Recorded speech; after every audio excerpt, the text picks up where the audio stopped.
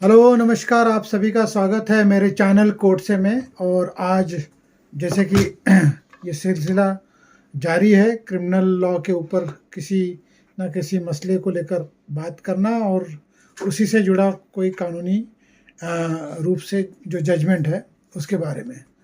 तो आज का वाक़या है इलाहाबाद हाई कोर्ट से। और ये मसला शादी से जुड़ा हुआ है। शादी जो कई लोग करना चाहते हैं, कई लोग ना भी करना चाहे फिर भी उन्हें करना पड़ता है, जो भी उसकी मजबूरी हो या ख्वाहिशें हो। अब इसमें कई दफ़ा inter caste marriage, inter religion marriage होता है और ऐसे कई मसले होते हैं जहाँ पे इंटरफेथ मैरिज होता है। तो वहाँ पे जो कपल होते हैं उनको किसी ना किसी रूप से उनके फैमिली से या उनके फ्रेंड से या वेलविशर से, जो सो कॉल्ड वेलविशर होते हैं समाज के, उनकी तरफ से उनको कुछ अंदेशा सा रहता है कि भाई इनको तकलीफ़ होगी या ऐसी कुछ हरकत होगी जिससे इनके जान पे बनाएगी। तो वो फिर प्रोटेक्शन वगैरह मांगने के लिए तुरंत हाई कोर्ट में याचिका दायर करते हैं, रिट पिटिशन। और जब इस तरह की याचिकाएं जब दायर होती है तो बेसिक इंग्रेडिएंट होता है इस तरह की याचिकाओं में, जब आप क्लेम करते हो कि आप कपल हो, शादीशुदा हो, तो जो शादी है वो रजिस्टर्ड शादी होनी चाहिए। आप भले ही को क्लेम करो कि आप आर्य समाज में शादी करके आए थे या जो भी है, उसे वो माना नहीं जाता है। जो वैलिड मैरिज माना जाता है वो वैलिड रजिस्ट्रेशन जो होता है शादी का, उसके अंदर माना जाता है। तो ये इसी से जुड़ा हुआ मसला है। हालांकि संविधान में ये हक दिया है कि आप किसी से भी शादी कर सकते हो, आप एडल्ट हो तो आप किसी के साथ रह सकते हो और किसी से भी शादी कर सकते हो। इसके लिए कोई पर्टिकुलर फेथ या रिलीजन की कोई बाधाएं नहीं होगी। लेकिन इसके बावजूद भी आमतौर पर ये पाया जाता है कि इस तरह की शादियों में कुछ तो अड़चने, कुछ तो अड़थड़े या कुछ इस तरह की प्रक्रियाएं होती है जिससे कपल को एक एप्रीहेंशन सा होता है। वो रियल होता है, एक्चुअल होता है, और कभी कभी एक उनके मस्तिष्क में ये आइडिया आता है कि इस तरह की कुछ हरकतें हो उससे पहले हम अपना प्रोटेक्शन ले लें। हाई कोर्ट में एक याचिका दायर करके प्रोटेक्शन मांगने के लिए चले जाते हैं। तो इस तरह की याचिकाओं में, जैसे मैंने पहले भी कहा, कि मेन इंग्रेडिएंट होता है कपल। चाहे आप लिव इन में रहो या अगर क्लेम करते हो लिव इन का, और अगर शादी करके क्लेम करते हो तो उसका जो रजिस्ट्रेशन सर्टिफिकेट होता है वो बाकायदा उसके साथ में लगाया जाना चाहिए। इसी से ये जुड़ा मसला है। याचिका जो है वो इलाहाबाद हाई कोर्ट में एक सज्जन है, शनिदेव, इनका नाम ही शनिदेव है।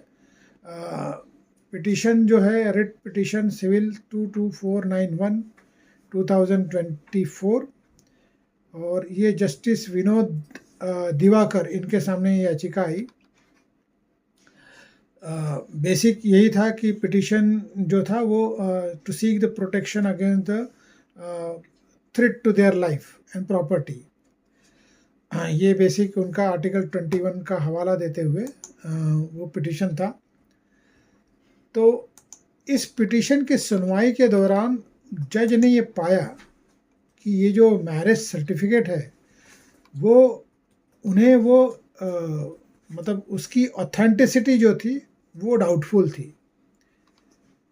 और आजकल ऐसा कई जगह पे पाया गया है। इनफैक्ट ये इलाहाबाद हाई कोर्ट में ऐसे कई सारे केसेस रोज़ाना आते हैं, और इससे ये कोर्ट के ऊपर ये बर्डन सा ही हो गया है इस तरह के पिटीशन जो आते हैं, जिसका बेसिस ही होता है कपल का अपना क्लेम करना कि उनका इंटरफेथ मैरिज है और उनकी शादी बाकायदा रजिस्टर्ड है। लेकिन ये जितने भी पिटीशन ज़्यादा करके आए हैं, इसकी अगर बराबर से स्क्रूटनी की जाए तो ये ऐसा कोर्ट का कहना है। तो उन्होंने पाया कि जितने भी मैरिज सर्टिफिकेट वो इशू हुए हैं वो या तो प्रयागराज से इशू हुए हैं या तो गाज़ियाबाद या नोएडा से इशू हुए हैं।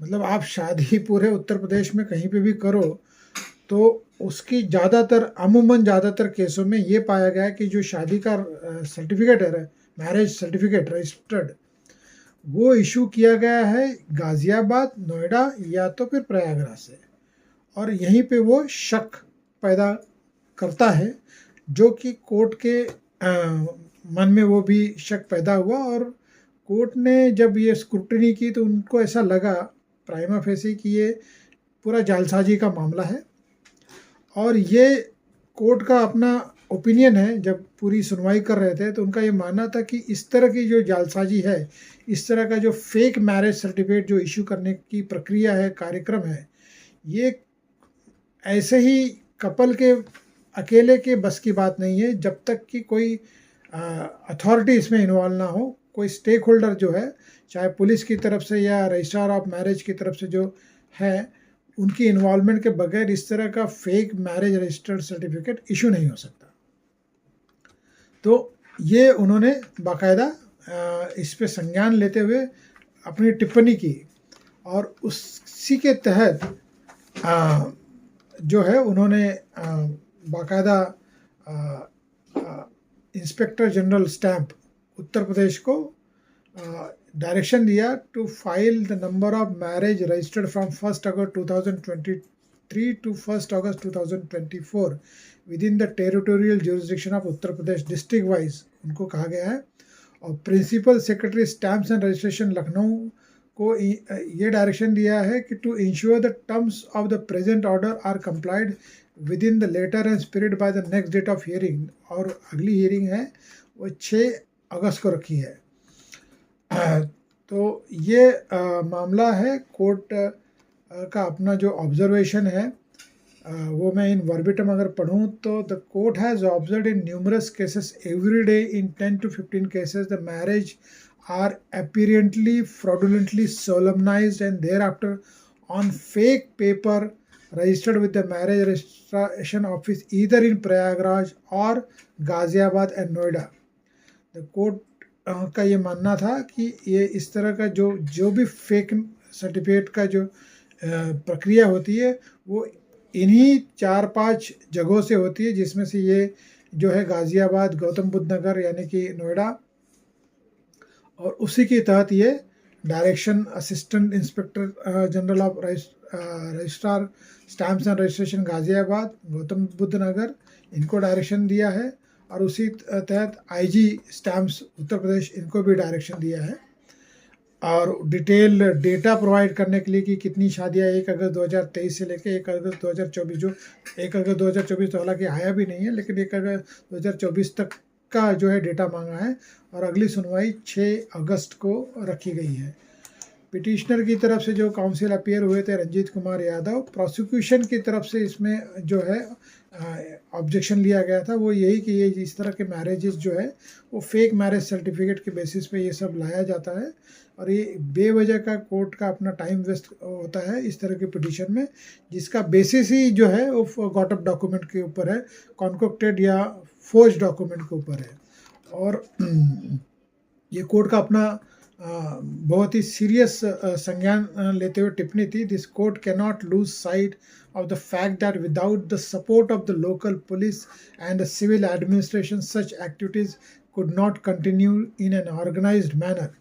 The sanctity of the institution of marriage has been taken right by the individuals who perform marriage in contravention of the Hindu Marriage Act 1955 and setting a trend that may lead to wide-ranging impact on the social fabric of the society.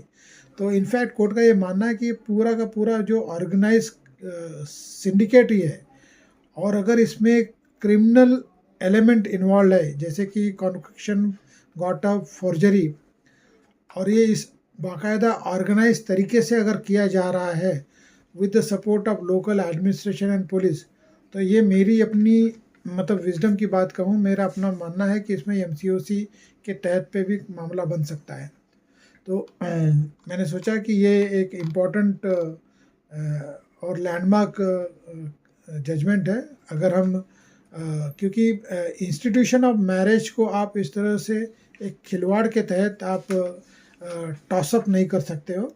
आप भले couple हो, आपका हक बनता है आप किसी के साथ रहो, अगर आपको रहना भी है तो उसकी कोई सैंटिटी तो मेंटेन करो, कम से कम जो डॉक्यूमेंट जिसके बेसिस पे आप प्रोटेक्शन मांगने जाते हो वो डॉक्यूमेंट तो जेन्युइनली बोनाफाइडली करेक्ट होने चाहिए, ना कि आप धूल झोंको कोर्ट के आंखों में और एक कहीं से भी एक जुगाड़ करके और सर्टिफिकेट बना के लेके आ जाओ और कोर्ट को कहो कि हमारा लाइफ एंड लिबर्टी को थ्रेट है, हमें प्रोटेक्शन दो।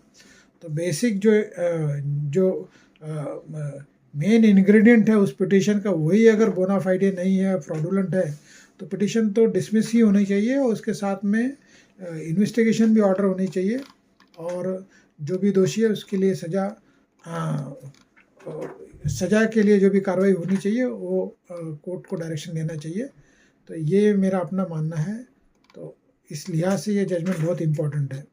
तो मैंने सोचा है कि इसके ऊपर एक आप सभी को मैं इसके ऊपर ज्ञात कराऊं। हालांकि बहुतों को मालूम भी होगा, मैं ये क्लेम नहीं कर रहा हूँ कि सिर्फ मुझे ही मालूम है, आप लोगों को मालूम नहीं होगा, बट फिलहाल मैंने ऐसा सोचा कि आप लोगों से मैं इसके बारे में शेयर करूं, ये जानकारी आप लोगों तक पहुंचाऊं, इसी लिहाज से ये वीडियो बनाया है। और इसी के साथ मैं आज का ये वीडियो समाप्त करता हूं। फिर कल मिलूँगा, कल से अगले हफ्ते तक मैं सिर्फ और सिर्फ IBC लॉ से जुड़े मसलों को लेकर सामने आऊँगा। और कल तक के लिए आप सभी से विदा। Thank you, have a nice day, God bless you.